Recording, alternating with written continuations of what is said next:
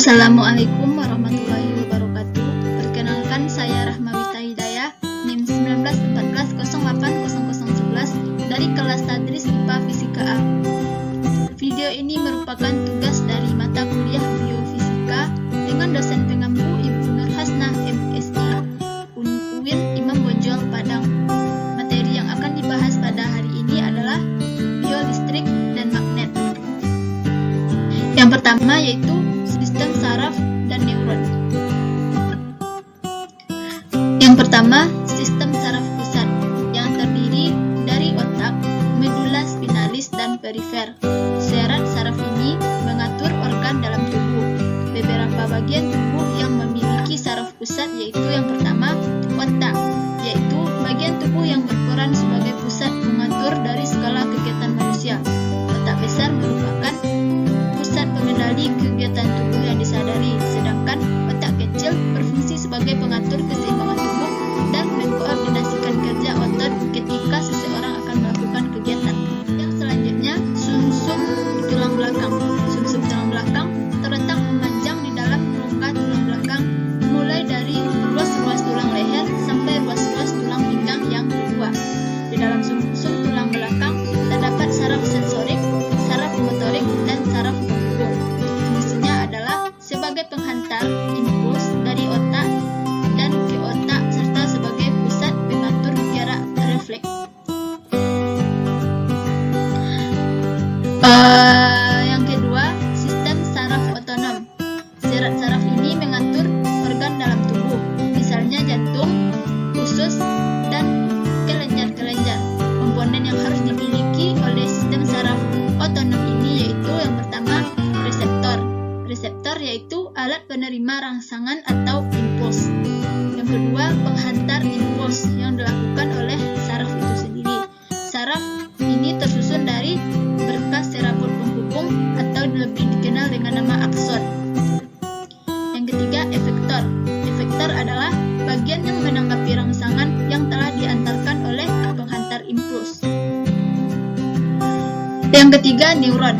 Sel saraf atau neuron merupakan bagian terkecil dalam suatu skema saraf dan berfungsi untuk menerima, menginterpretasi, dan menghantarkan pesan listrik atau aliran listrik. Ada banyak jenis neuron yang pada dasarnya neuron ini terdiri dari sel-sel tubuh yang menerima aliran listrik dari neuron lain melalui kontak yang disebut sinapsis yang terletak di dendrit atau pada tubuh sel.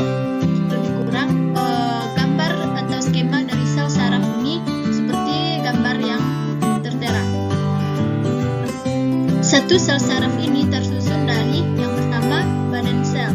Badan sel saraf merupakan bagian yang paling besar dari sel saraf yang berfungsi untuk menerima rangsangan dari dendrit dan meneruskannya ke akson. Yang kedua yaitu dendrit. Dendrit adalah serabut sel saraf pendek dan bercabang-cabang.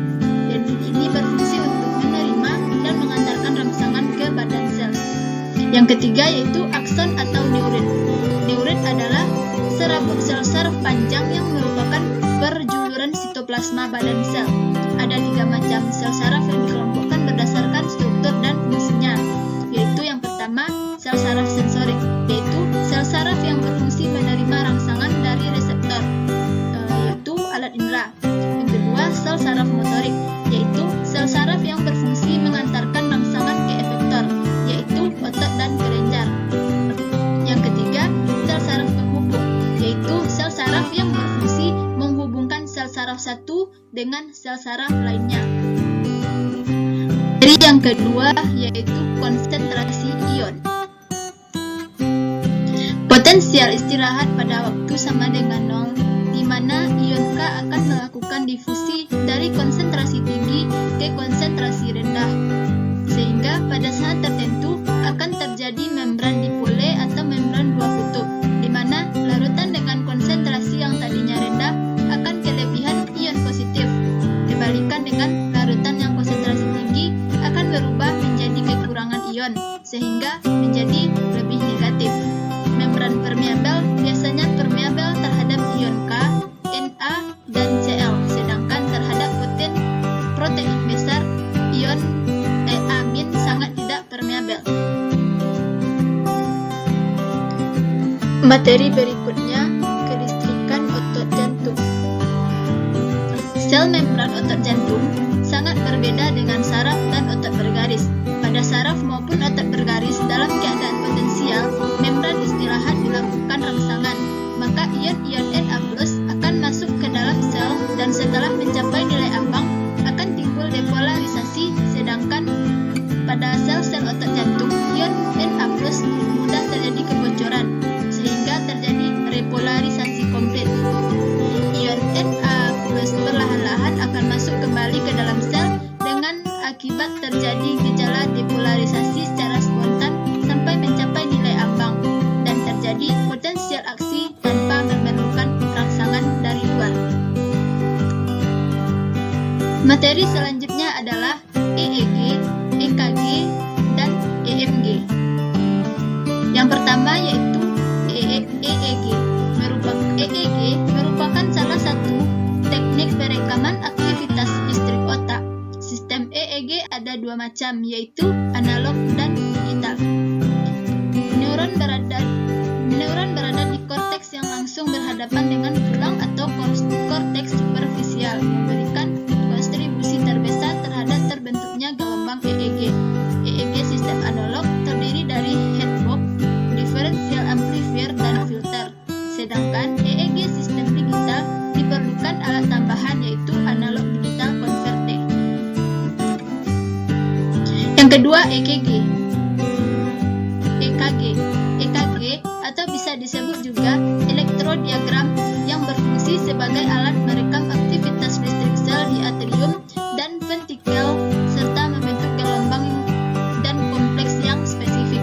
EKG merupakan voltmeter yang merekam aktivitas listrik akibat depolarisasi sel otot jantung. Aktivitas listrik tersebut didapat dengan menggunakan elektroda di kulit yang berhubungan dengan kabel ke mesin EKG. Yang ketiga, EMG.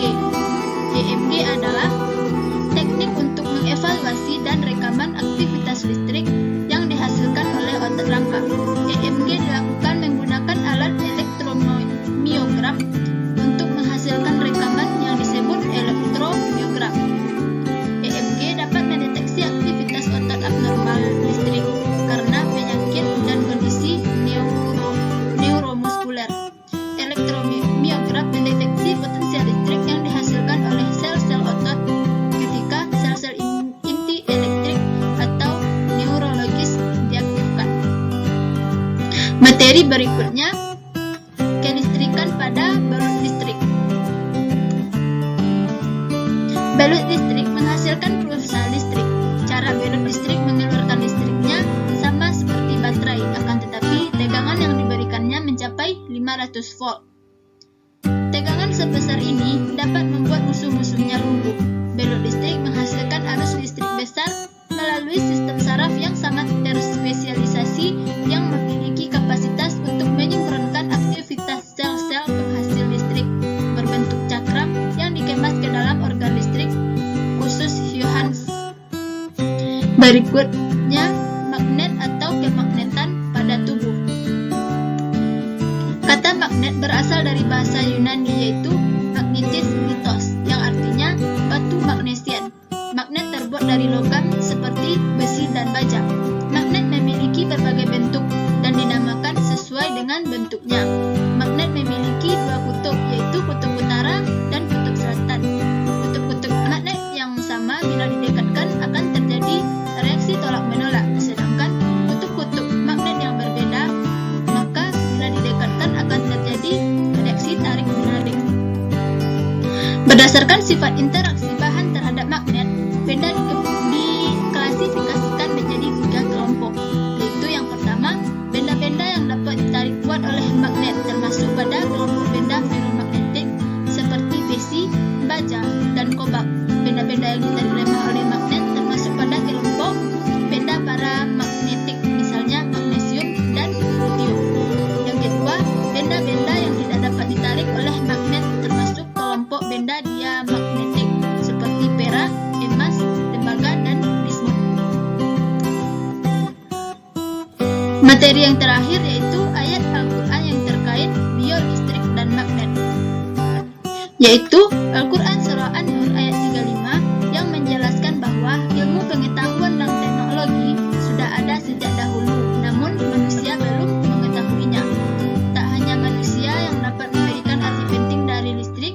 namun Al-Quran juga. Buktinya pada ayat ini dijelaskan lampu itu bercahaya. Cahaya itu berada di dalam peti atau kaca dan bola lampu itu sudah ada dari dahulu kala.